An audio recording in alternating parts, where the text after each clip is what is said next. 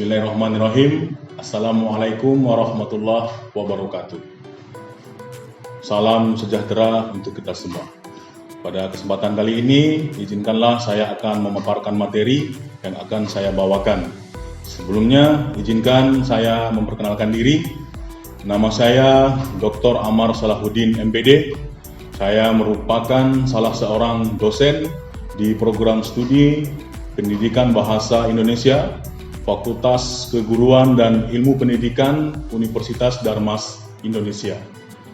Pada kesempatan kali ini, izinkan saya akan memaparkan tentang mata kuliah yang saya ampu di program studi Pendidikan Bahasa Indonesia, yaitu mata kuliah Folklore Nusantara. Mata kuliah Folklore Sastra Nusantara ini merupakan mata kuliah wajib pada program studi Pendidikan Bahasa Indonesia yang memiliki bobot 3 SKS dan berada pada semester 3. Tentunya diharapkan mata kuliah ini memberikan kemampuan kepada mahasiswa tentang hakikat dan sejarah perkembangan folklore dan sastra Nusantara, menganalisis bentuk-bentuk folklore dan sastra Nusantara di Indonesia dengan menggunakan metode pengumpulan folklore sastra Nusantara terutama yang berkembang di daerah dan di Indonesia. Salah satu kewajiban saya sebagai dosen, saya telah menerapkan tridharma perguruan tinggi. Di antaranya adalah bidang pengajaran. Pada bidang pengajaran ini, saya menetapkan sistem pembelajaran yang mengacu pada DIA, yaitu Delivery, Interaction, and Assessment. Delivery merupakan suatu proses tentang bagaimana saya menyampaikan materi pembelajaran sehingga dapat diterima dengan baik oleh mahasiswa. Materi yang saya sajikan ini mengacu pada capaian pembelajaran lulusan dari mata kuliah ini. Dari CPL menurunkan 8 CPMK, kemudian dari CPMK menurunkan 14 sub CPMK, dan dari sub CPMK tersebut dibagi menjadi 14 kali pertemuan tatap muka pembelajaran dan tidak termasuk ujian tengah semester dan ujian akhir semester. Capaian pembelajaran lulusan pada mata kuliah ini terdiri atas 4 aspek. Pertama, aspek sikap. Kedua, aspek pengetahuan. Ketiga, aspek keterampilan umum. Dan yang keempat, aspek keterampilan khusus. Adapun pada aspek sikap yang pertama berperan sebagai warga negara yang bangga dan cinta tanah air, memiliki nasionalisme serta rasa tanggung jawab pada negara dan bangsa. Aspek sikap yang kedua menghargai keanekaragaman budaya, pandangan, agama, dan kepercayaan serta pendapat atau temuan orisinal orang lain. Yang ketiga, bekerja sama dan memiliki kepekaan sosial serta kepedulian terhadap masyarakat dan lingkungan.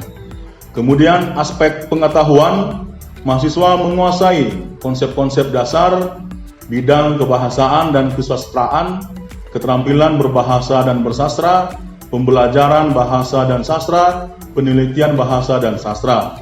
Kemudian pada aspek keterampilan umum, yaitunya mampu menunjukkan kinerja mandiri, bermutu, dan terukur.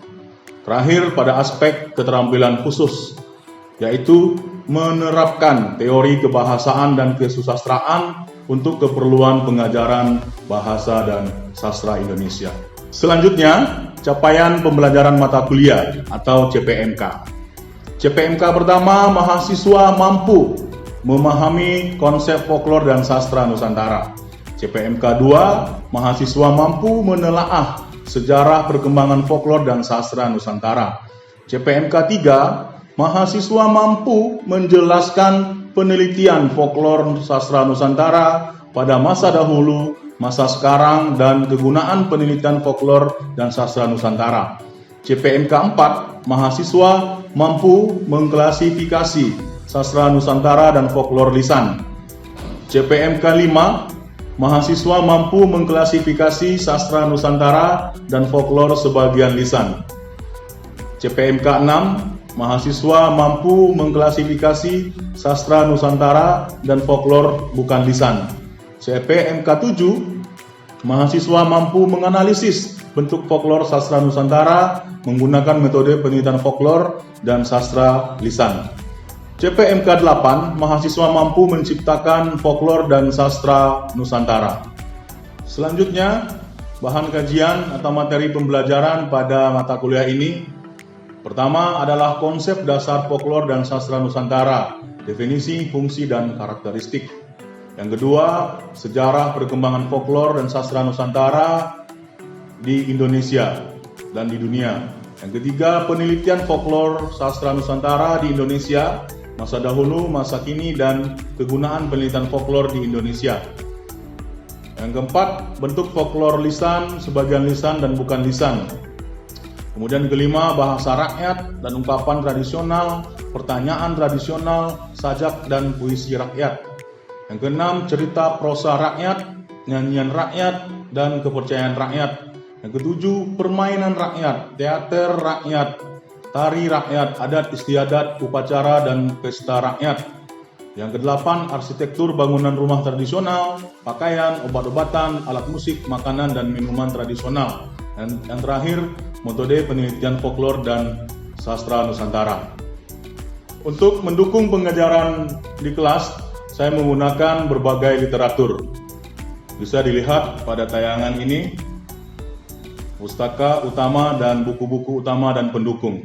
Sebagai referensi penunjang, dapat juga digunakan berupa artikel di jurnal, majalah yang berhubungan dengan folklor dan sastra Nusantara dan terkait dengan materi yang saya bawakan. Itulah model delivery yang saya sampaikan dalam proses pengajaran yang saya bawakan. Selanjutnya, masuk pada aspek interaction. Interaction merupakan suatu proses interaksi yang terjalin antara mahasiswa dan dosen guna mencapai capaian pembelajaran. Adapun sistem interaction yang saya lakukan di kelas yaitu sistem Student Learning Center atau yang dikenal dengan SLC. Sistem SLC tersebut merupakan metode pembelajaran yang menempatkan mahasiswa sebagai subjek pembelajaran, sehingga peserta didik akan belajar lebih aktif, kreatif, mandiri, dan inovatif sesuai kemampuan individu masing-masing. Sistem SLC pada pembelajaran saya terdiri dari 3. Yang pertama adalah pembelajaran interaktif. Kemudian yang kedua adalah small group discussion atau yang dikenal dengan istilah diskusi. Yang ketiga adalah self-directed learning. Itulah model aspek interaction yang saya terapkan dalam pembelajaran yang saya bawakan. Selanjutnya masuk pada aspek assessment. Aspek assessment ini merupakan suatu proses penilaian untuk mengukur kemampuan mahasiswa secara objektif dalam menerima materi pembelajaran. Indikator penilaian yang saya gunakan terdiri dari beberapa bagian. Pertama, kehadiran 10%, tugas 15%, kuis 10%, keaktifan dalam diskusi atau forum 15%, UTS 20%, dan UAS 30%.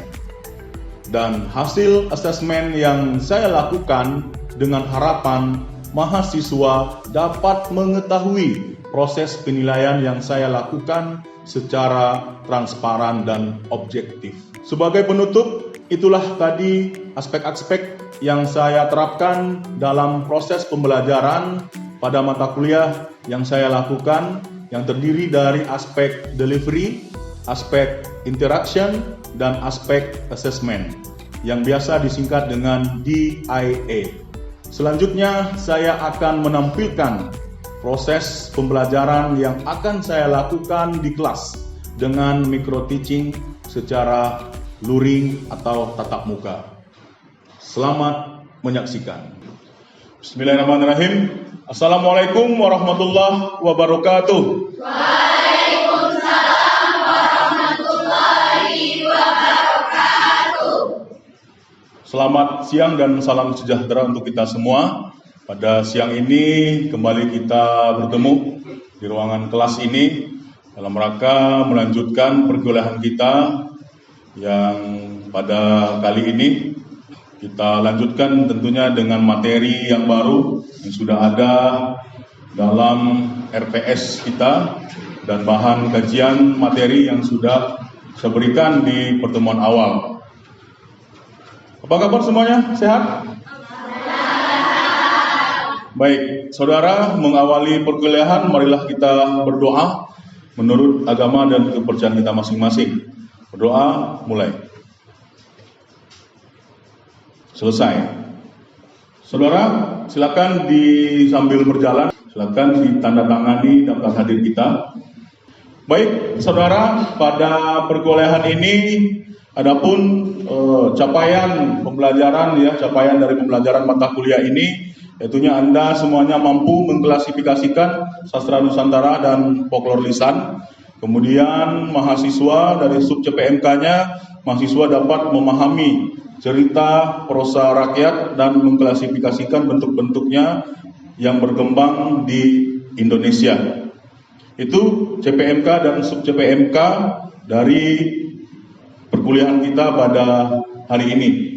Selanjutnya, baik saudara, minggu lalu kita sudah masuk kepada salah satu materi jenis dari folklor lisan atau sastra lama.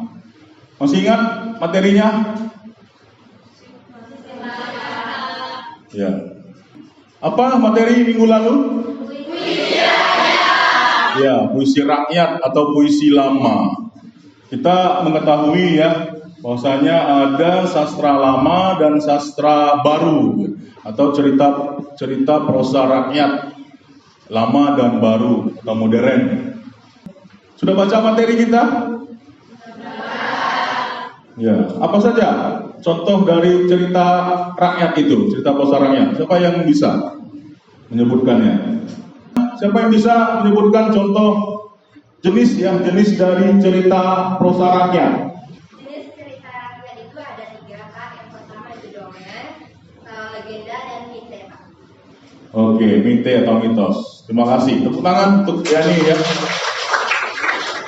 Dari 3 jenis cerita prosa rakyat tadi, mungkin ada yang bisa menyebutkan masing-masing contoh dari jenis dari cerita prosa rakyat tadi. Misalnya mitos apa? Contohnya legenda dan dongeng. Silakan. Silakan Nurfadila. Dari contoh masing-masing cerita rakyat tadi, yang pertama itu ada mite. Mite atau mitos itu biasanya berisi tentang dewa-dewa. Contohnya itu ada Nyi Roro Kidul. Kemudian dari legenda itu berisikan tentang kejadian suatu tempat, misalnya ada legenda Danau Toba, Sangkuriang, dan yang lainnya. Kemudian dongeng itu ada dongeng binatang, kemudian ada dongeng manusia. Dongeng binatang itu biasanya seperti cerita si kancil. Kalau yang dari manusia itu seperti cerita Kabayan, Pak. Oke, bagus. Tepuk tangan semuanya.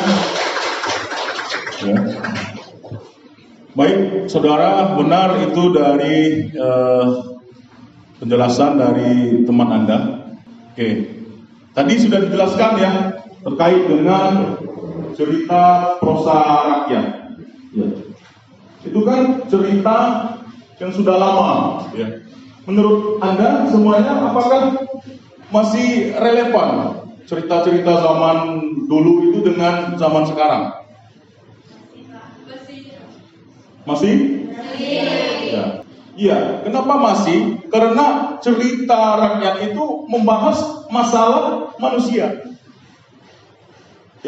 Adanya pro dan kontra, adanya nilai-nilai edukatif, bagaimana seorang anak manusia tidak sombong, dia menghargai orang tua, berdoa, kemudian banyak di lingkungan kita yang masih perlu kita dokumentasikan. Ketika kita berbicara tentang dongeng atau legenda, selalu kita ingat dongeng atau legenda yang di luar negeri atau di daerah lain. Padahal di lingkungan kita dongeng dan legenda itu ada. Ya, kalau kita ingat dongeng itu seperti Cinderella, ya kan? Bawang merah, bawang putih, kemudian Sang Kuryang atau Tangkuban Perahu, Malin Kundang. Ya, ternyata legenda cerita rakyat. Ya.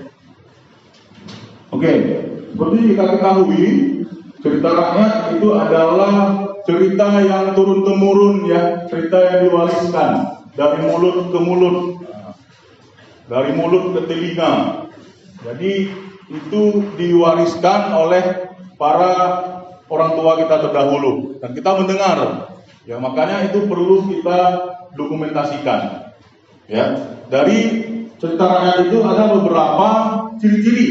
Ya, dari cerita rakyat pertama, cerita rakyat disampaikan secara lisan. Ya. Kemudian cerita rakyat disampaikan turun temurun dan tidak diketahui pertama siapa kali yang membuatnya. Jadi kalau ada tulisannya itu cerita, ada tulisan anonim atau NN, nonen, berarti nama penulis atau pengarangnya tidak diketahui. Dan itu merupakan salah satu ciri dan itu dikatakan kategori cerita rakyat, ya, cerita rakyat sastra lisan, folklore lisan. Kemudian karya nilai-nilai luhur. Artinya apa?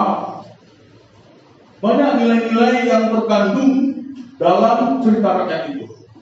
Kemudian bersifat tradisional, artinya istana sentris, ya, masih banyak diceritakan pada zaman dulu kala, ya kan, diawali dengan di sebuah istana dan memiliki banyak versi dan variasi, ya, versi dan variasi. Misalnya asal usul kayu aro saja, ternyata kayu aro itu ada di Kabupaten Solo, dan juga ada di Kerinci, ya kan? Apa dengan daerah kamu lagi? Sungai Lilin misalnya, Sungai Aro misalnya, itu juga banyak variasinya di daerah-daerah lain. Sungai Rambai, daerah kamu Rambai. Di tempat saya ada namanya Sungai Rumbai, ya, seperti itu. Rumbai itu adalah berasal dari buah-buahan yang asam seperti langsek dan duku itu, namanya ambai, ya, Rambai. Karena itu tempat pemukiman baru, Toto namanya, kalau di Minangkabau. Makanya di sana di sungai itu banyak pohon buah-buahan rambai itu, makanya dinamakan dirinya Sungai Rumbai. Oke, dan mempunyai bentuk-bentuk klise dalam susunan atau acara pengungkapannya.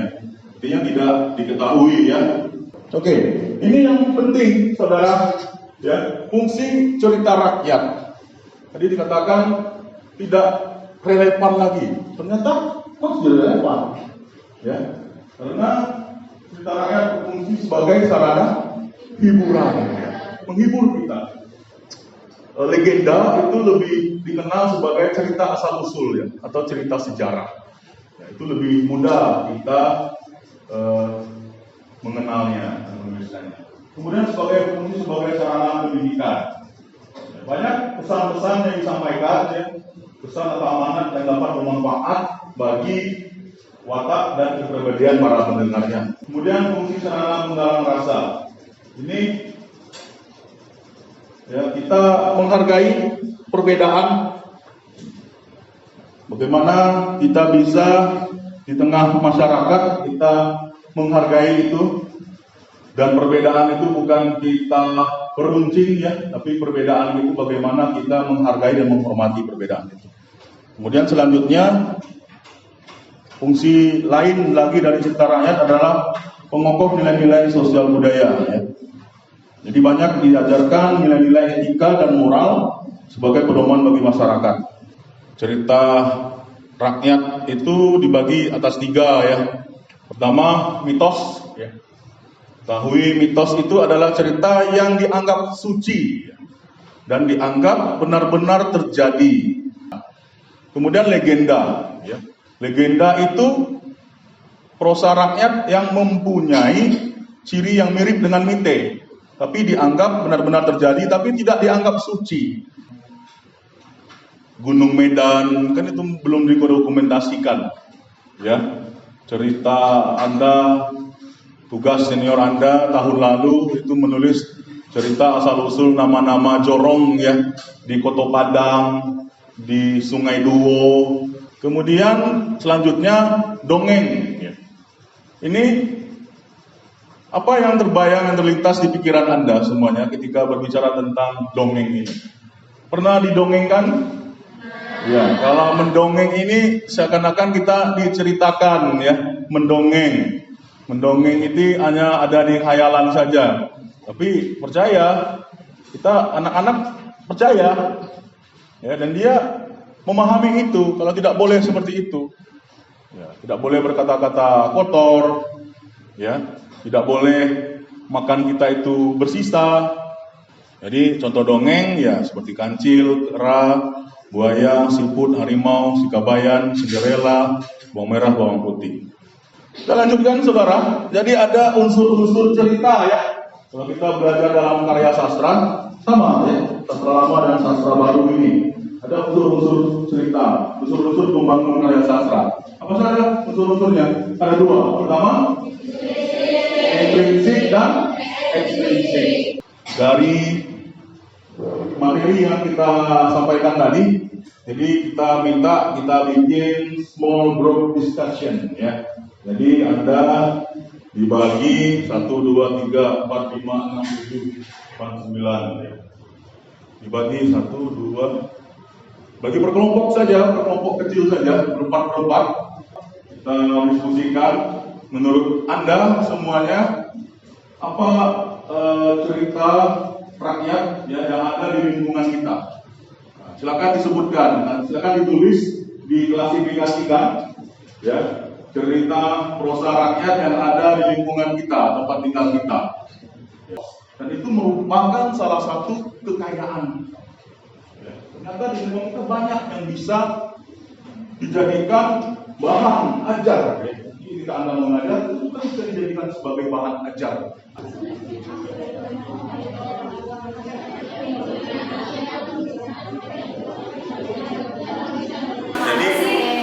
Jadi kamu harus tahu di daerah kita itu.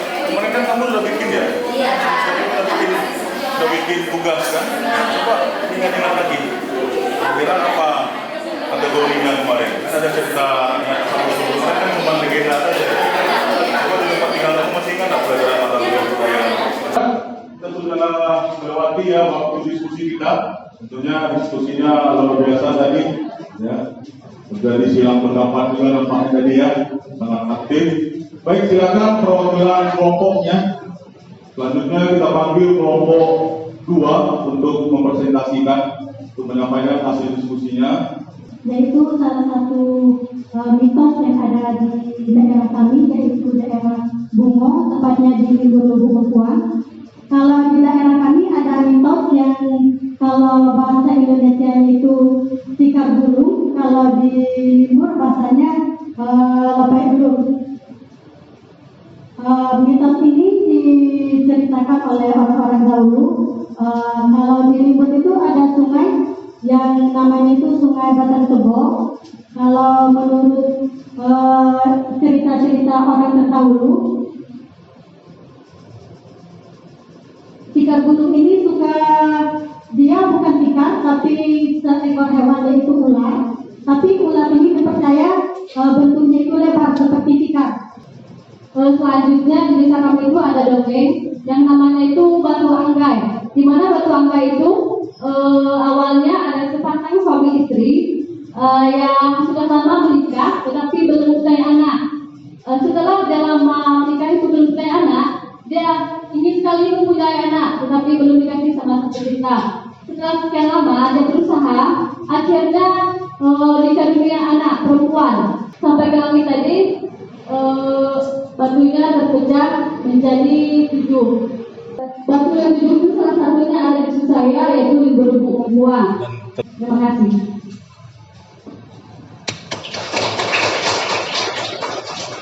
Diskusi dari kelompok 3. Silakan Muhammad Sahlan atau dikenal dengan Sahlan Biung.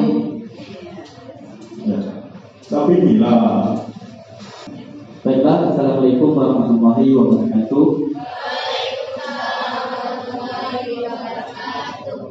Mitos Bukit Seguntang, ya kan, Bukit Seguntang. Nah, di salah satu cerita di desa kami itu, apabila orang yang tidak mempunyai anak, sudah lama yang tidak mempunyai anak, misalnya sudah 2 tahun ataupun hampir 5 tahun tidak dikaruniai anak, sudah berusaha minta kepada Allah terutama, tapi belum dikabulkan doa tersebut. Nah, jadi apabila ingin mempunyai anak, itu boleh kita memberikan sesajian ataupun melepaskan satu buah ayam hitam di bukit tersebut, kita sambil berdoa. Sekian dari kami, kelompok 3, kami ucapkan wassalamualaikum warahmatullahi wabarakatuh. Baik, saudara semuanya, tadi kita sudah dengarkan ya penyampaian hasil diskusi dari semua kelompok 1, 2, 3, 4, 5, dan 6 ya. Jadi masing-masing kelompok sudah menyampaikan, mengklasifikasikan cerita rakyat yang ada di daerah kita, cerita lokal kita. Pada akhir perkuliahan kita ini, sebelum kita tutup ya, dapat kita simpulkan dari salah satu jenis folklore lisan ya, sastra Nusantara, itu ada cerita prosa rakyat ya, yang merupakan cerita lisan yang turun-temurun yang diwariskan ya dari orang-orang tua kita yang terdahulu. Kalau dilihat dari jenisnya, cerita prosa rakyat itu ada 3 tadi ya. Yang pertama ada mitos, legenda, dan dongeng. Jadi kita sudah sama-sama dengarkan, kita diskusikan di masing-masing daerah tempat tinggal kita, semuanya kaya dengan cerita prosa rakyat itu. Mulai dari mitos, kebanyakan itu legenda, kemudian juga dongeng. Dan setiap cerita prosa rakyat itu memiliki nilai-nilai atau unsur intrinsik dan ekstrinsik. Kemudian relevansi dengan zaman sekarang, kita ketahui bahwasanya dalam cerita prosa rakyat itu menjelaskan atau membahas atau berkaitan tentang semua permasalahan yang ada, ya, permasalahan manusia. Jadi itu masih sangat relevan sekali. Dan terpenting juga, saudara, bagaimana kita harus melestarikan, harus menjaga, melestarikan dan juga mempromosikan ya cerita prosa rakyat yang ada di lingkungan kita. Dan kita juga harus mendokumentasikan dan juga mendigitalisasikan. Itulah perkuliahan kita pada kesempatan kali ini. Ke depan kita lebih aktif lagi ya diskusinya. Semuanya jangan ikut-ikut teman saja ya. Semua di daerah kita itu punya cerita dongeng di daerah kamu apa. Jadi semuanya jangan malu-malu, dan semuanya nanti untuk tugas akhir juga harus mampu ya menuliskan cerita-cerita rakyat, baik itu yang sudah didokumentasikan atau yang belum. Kita akan menggali cerita-cerita itu ya. Dan selesai perkuliahan kita pada hari ini, dan minggu depan kita akan melanjutkan lagi materi tentang folklore lisan ini, yaitu tentang nyanyian rakyat. Nah, gimana pula ceritanya dengan nyanyian rakyat? Di nyanyian rakyat itu juga ada 3 ya. Ada nyanyian rakyat itu yang disebut dengan work song, ada play song, dan satu lagi apa? Lullaby ya. Work song itu nyanyian kerja, nyanyian panen. Play song nyanyian permainan, dan lullaby itu adalah nyanyian Nina Bobo, menghidupkan anak. Demikian saudara, dan senang dan bangga bisa membersamai mahasiswa semuanya dengan mengucapkan alhamdulillahirabbil alamin.